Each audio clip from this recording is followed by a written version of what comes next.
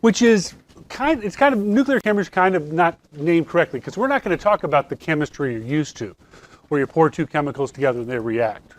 Okay, nuclear changes are different than chemical changes, and we want to figure out what's going on inside the nucleus that allows it to change. Because Dalton was wrong again. Atoms of one element can change into another element. It just doesn't happen very often. And no, it's happening all the time. It just doesn't happen in our everyday experience. How about that? Okay. So, yeah, we talk about the change the nucleus. Lots of words, nuclei, over and over again. I'm not going to try to confuse you with them. Nucleon is just something in the nucleus. That would be the two ons in the nucleus. Would be the proton and the neutron, right?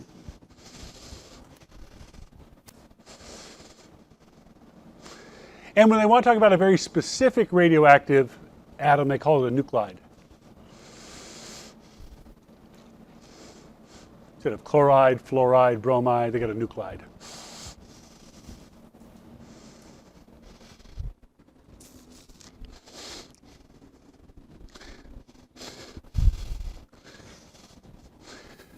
Well, they found out that the atom was made of protons, neutrons, and electrons. Okay? But if you add up, say you had a carbon-12 atom. If you added up carbon-12 with its 6 protons, 6 neutrons, and 6 electrons, the atom you make out of those pieces will weigh less than the pieces.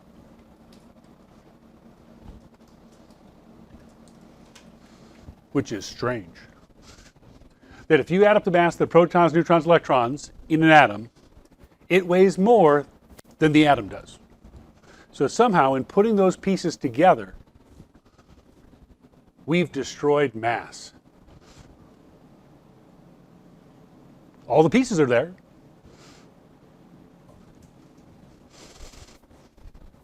I mean, if I weighed actually, no, it's not if I weighed. My friend his first job out of college was working for Boeing, and it was his job to figure out how heavy the 747, it was 747 he was working on, how heavy it was.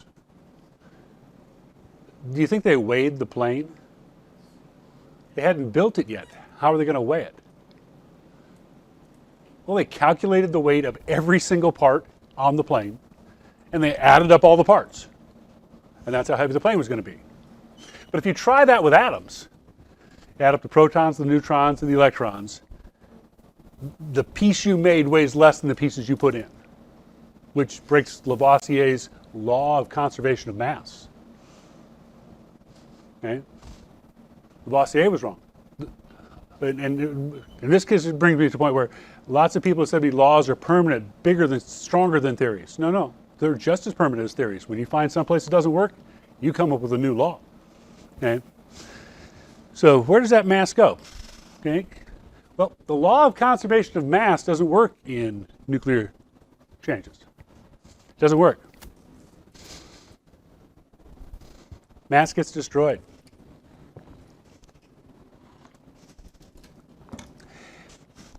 And there was a bright man once who told us what was going to happen to that mass, where it went to if it got destroyed. He could write it very simply.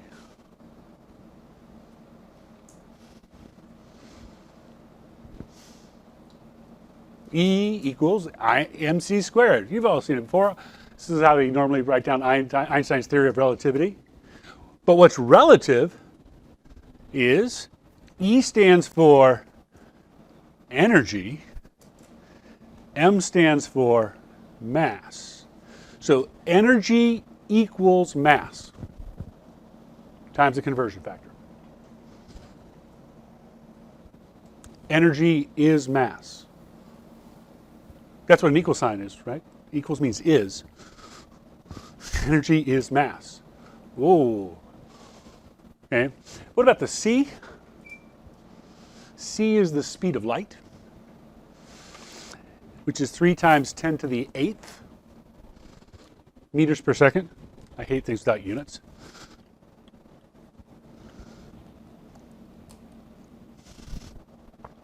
So let's think about us doing the math. The mass that gets destroyed gets turned into energy. So I'm going to take whatever mass is destroyed and multiply it by c squared. How would you describe c squared? 9 times 10 to the 16th? That's really big, right? So a very little tiny mass can create a huge amount of energy. Speed of light, 3 times 10 to the 8th meters per second. So if I destroy a little bit mass, it gets turned into energy, and it gets turned into a lot of energy. The other side of this is if I get a lot of energy, I have a lot of mass. For energy to be big, mass has got to be big. And that's why you can't go faster than the speed of light. Because as you go faster and faster, you get heavier and heavier. Which means to go faster, you got to push harder. Which makes you heavier. Which makes it harder to go any faster than that, because you keep getting heavier. And eventually, just before you get to the speed of light, you are pushing an infinite mass with infinite force.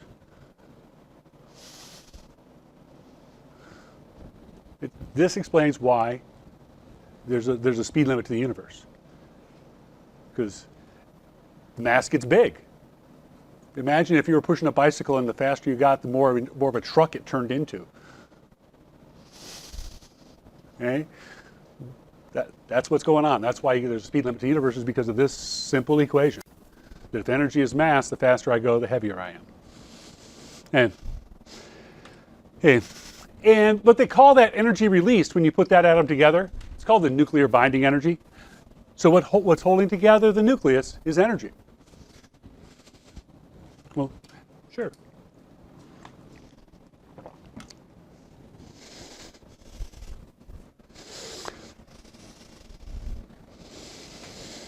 So,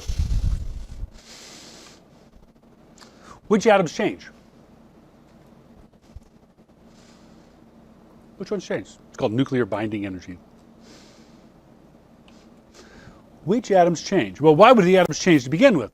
That's why I asked the Bellwork question. What's the charge on the nucleus? Okay, so what kind of pieces do you have in the nucleus? Positive and neutral, right?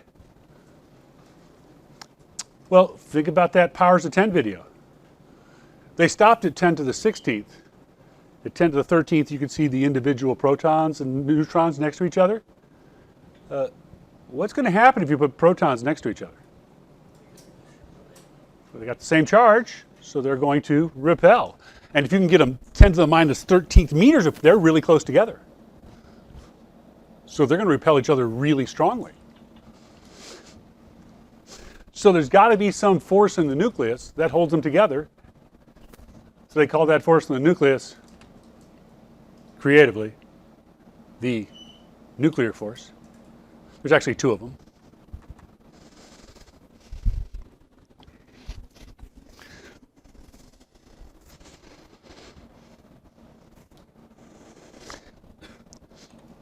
And it depends on the ratio of neutrons and protons. The neutrons are playing a role in holding the protons together.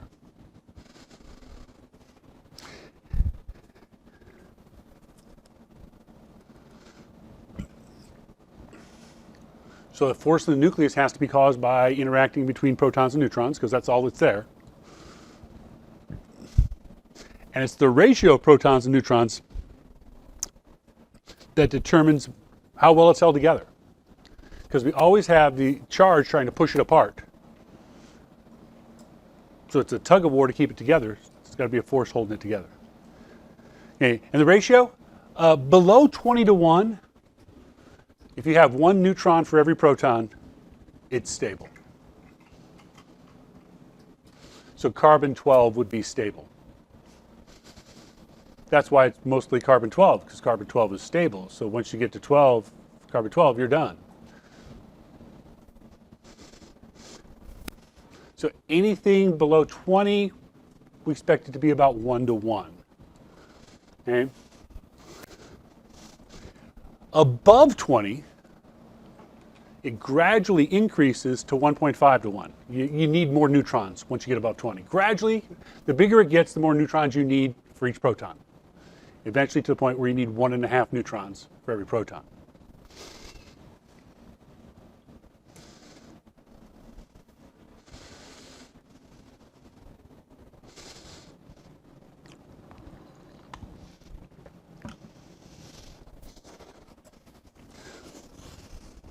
So we got to figure out why that happens.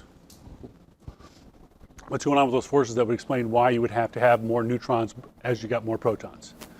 Not just, it starts off 1 to 1, everything's great, but then eventually you get so you need more neutrons than 1 to 1. Okay?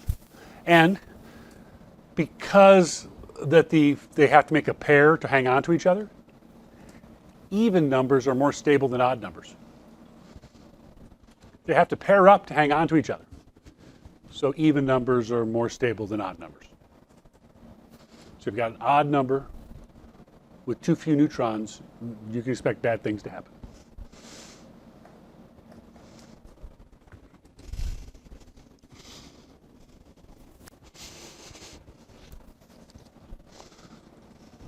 Yeah. That's why we're getting to is why the radioactivity comes from the nucleus changing. We're trying to figure out why the nucleus changes, what the pieces are, and make it change. So in your book, you saw this lovely graph. Okay, along this axis is number of protons. So it's just atomic number. Up here is number of neutrons. Mass number minus atomic number. And every dot is a isotope, a stable isotope. So as you see, this dotted line is 1 to 1. See, down low they're right on it. They stay close to it until you get about 20, and then they start diverging until they hit, as you get bigger, the other line is 1.5 to 1. When you get all the way down here to the end, it ends up at 1.5 to 1. So see what I mean, the gradual change? Starts off right at 1 to 1, and then changes at 20, so gradually it ends up at 1.5 to 1. Okay? So something's got to be holding them together. And this is why I showed you, one of the reasons why I showed you the Power of 10 movie, is the strong nuclear force only works in the nucleus. It only works on things that are femtometers apart. Femto. Well, we learned that micro is 10 to the minus 6th, and then nano is 10 to the minus 9th. Pico is 10 to the minus 12th. Femto is 10 to the minus 15th. They have got to be 10 to the minus 15th meters apart before this works. If they get any further apart than that, this stops working.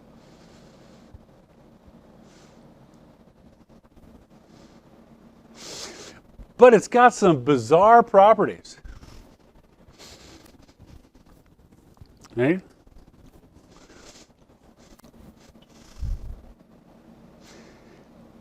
If you get those pieces, and we're talking about nucleons, the protons, the neutrons, if you get them too close together, there's a repulsive force from 0 to 0.7 femtometers. So if they're too close together, they push apart.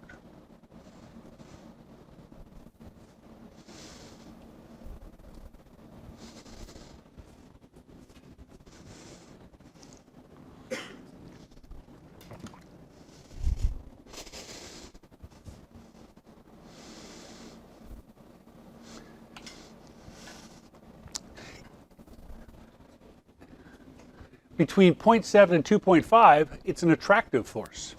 It pulls them together.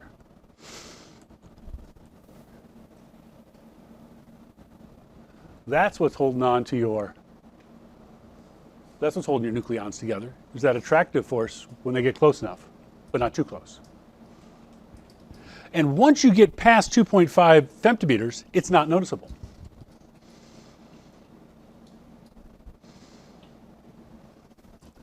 To me, this explains that 1-to-1 ratio versus making it bigger.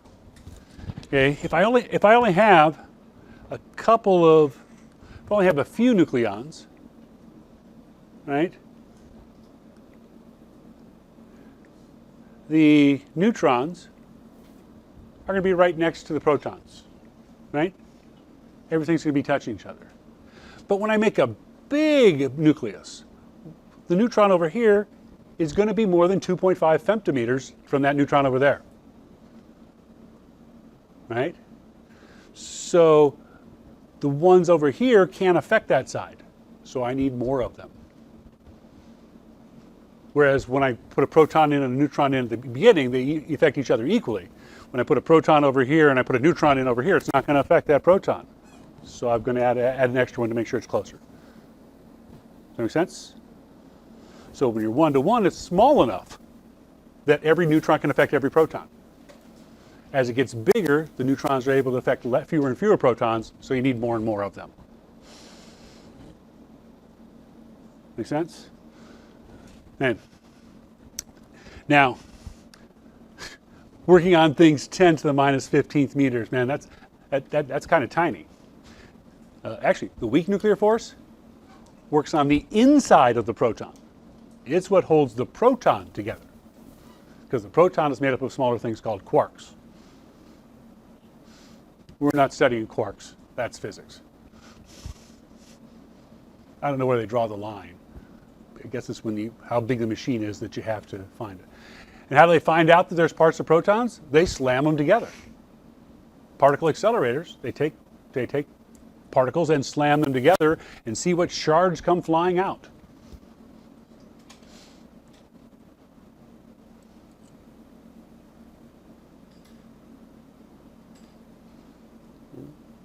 So the weak nuclear force happens inside the proton, inside the neutron. Strong nuclear force happens proton to neutron. So if you overcome the strong force, those pieces fall apart.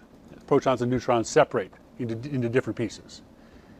If the weak nuclear force is overcome, your proton falls apart and becomes something else. So those things are what's responsible for radioactive decay. Did you overcome the weak force or you overcome the strong force?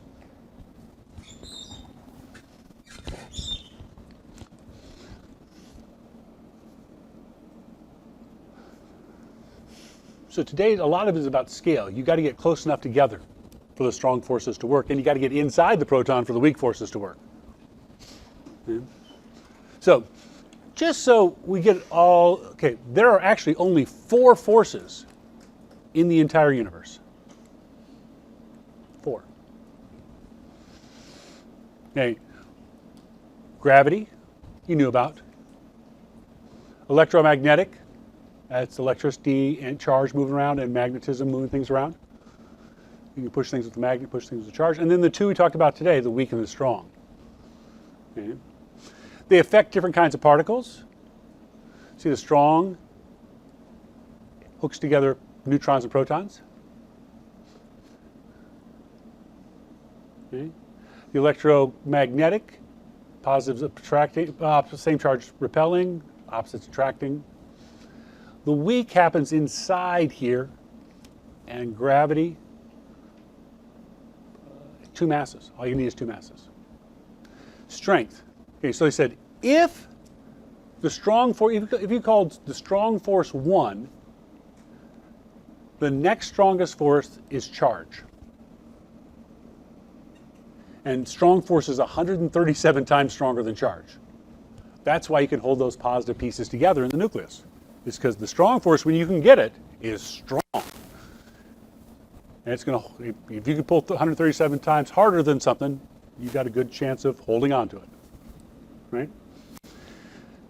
Then the weak force, weak, 10 to the minus 6th, 1/millionth as strong. That's pretty weak force. And the one that we experience the most in our life is by far the weakest. 10 to the negative 39th. Again, one of those unimaginably big numbers, or unimaginably small numbers. That the strong force is 1.6 times 10 to the 40th times heavier. That's what that says. Put 40 zeros after it, after the 1. Okay. Range. The strong force, 10 to 15 meter diameter of a medium-sized nucleus, and if the nucleus gets too big, you can't reach all the way across it. So the nucleus can be pulled apart. Electromagnetic, infinite. A charge here on Earth repels a charge on the sun, but we just don't feel it because both those charges are small. Okay. Weak. Weak is 10 to the minus 18th. So small it didn't even show up on our powers of 10. Powers of 10 only went down to 10 to the negative 16th. So take that negative 16th and divide it by 100. 2 more squares in before you get to how far it reaches. Yeah.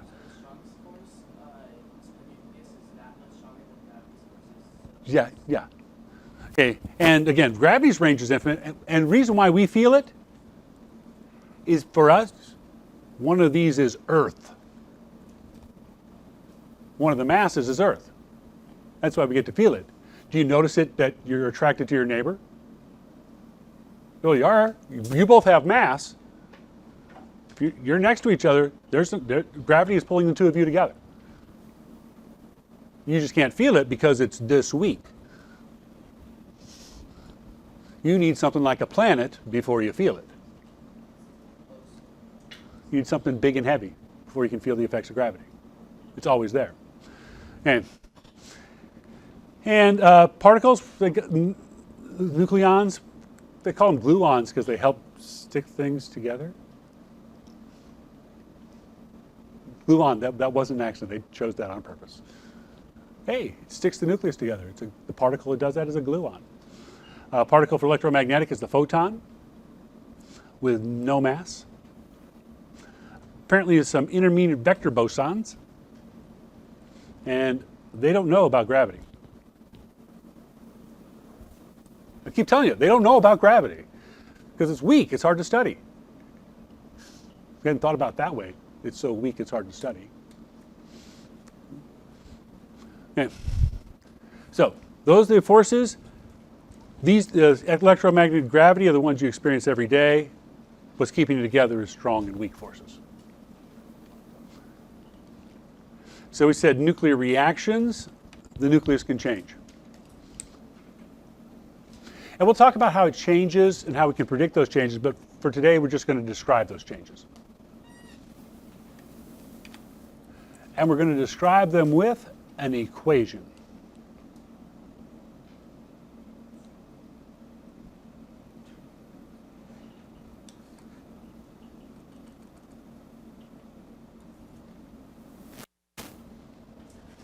So here's what an equation looks like. Beryllium-9 and helium-4 make carbon-12 plus a neutron.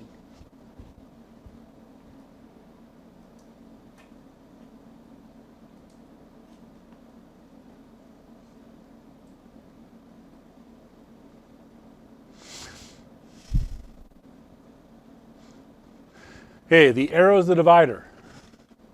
What you start with is on the left, then the arrow. What you end up with is on the right.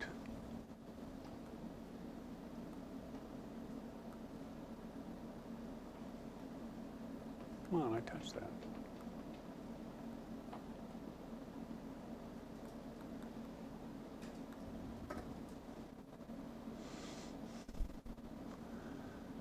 Now, these equations are easy to write because something lovely happens. A proton turns into a neutron and an electron. Overcome the weak forces. The neutron can change. Yeah, there's lots of questions that come up. These things shouldn't be happening, by the way. These should all surprise you, that I can say that beryllium turns into carbon when I shoot helium at it. Dalton would go nuts. Atom of one element changing into an atom of another element. Yeah. Hey, these are actually pretty easy to figure out what they make because the numbers work out. Did you notice that over here, the top number is 9 for the beryllium and 4 for the helium? That adds up to 13. On the other side, it adds up to 13. In nuclear equations, this always works. You thought that was great. Look what's going on at the bottom. It works on the bottom too.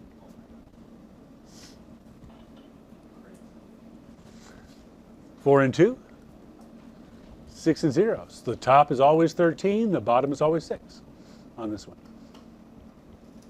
I start off with 13 and 6, I got to end up with 13 and 6. So if they hadn't told me this piece, I could figure out what it was going to be. Just look at the numbers, right? If they only told me the one neutron, and I know it has to add up to 13, then I know the top number has to be 12, and the bottom number has to be 6, and that's got to be carbon 12. So if they hadn't told me this, it'd be easy to figure out. Yeah.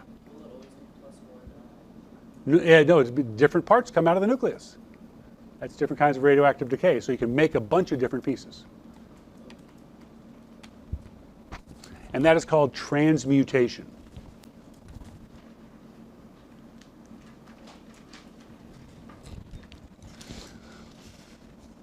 The second half is redundant,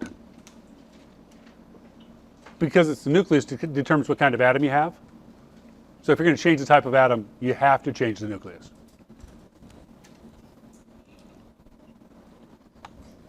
You have to change the number of protons.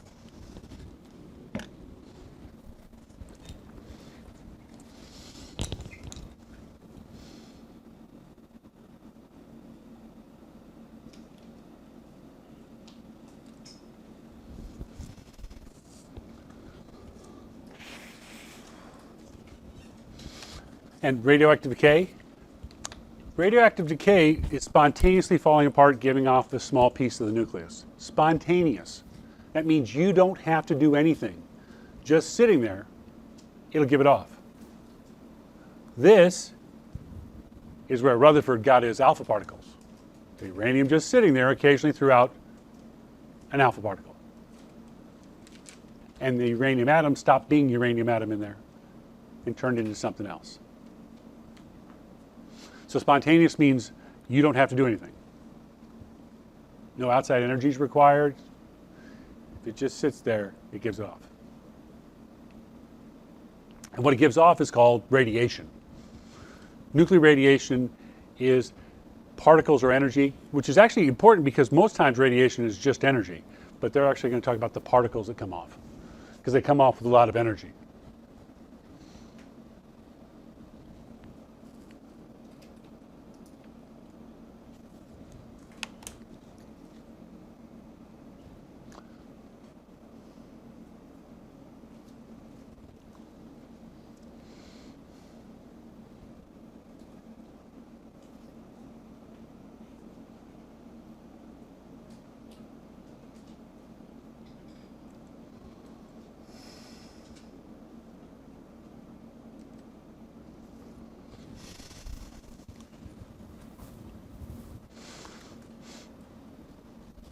So types of particles go in alphabetical order. And the first type of particle we're going to study is called an alpha particle.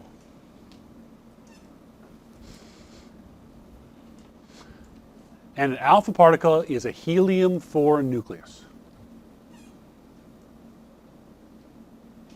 So these are the alpha particles that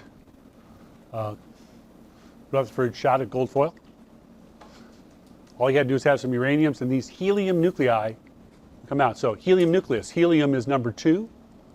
So it's atomic number B2. And it says it's helium-4, so that means its mass number is 4. 2 protons, 2 neutrons. That's what an alpha particle is. And that's where you get your helium. All the helium that you guys use comes from radioactive decay. It's called alpha particles. It's alpha particles that didn't get out of the Earth. So where you find helium, what's keeping the inside of the Earth warm right now is radioactive decay. It's still going on. And it's giving off those alpha particles. They're gases, so they tend to move up. until they hit a rock formation that stops them. The only type of rock formation is like a salt dome, and that same rock formation also stops natural gas. So when they dig natural gas wells in Texas, they happen to hit a pocket that had a lot of extra helium, so they can pull the helium off of that. That's where we get our helium, is they separate the helium from the natural gas. Okay? But we're running out of helium. We're using up 4 billion years worth of alpha particles. Because once helium hits the surface of the Earth, it's gone. When you pop a helium balloon, that helium rises until it's no longer attracted to Earth. Its mass is too small for Earth to hang on to it. And it leaves. It goes off into space, and you never see it again. So we're using up billions of years worth of alpha particles to fill our party balloons. Okay? Helium's going to get expensive in your lifetime. It's going to happen. Because it used to be a waste product. Okay. So this is what the equation looks like for an alpha decay.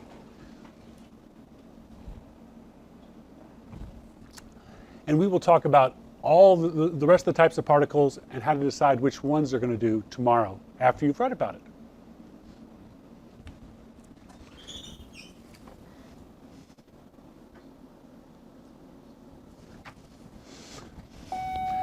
Have a pleasant day.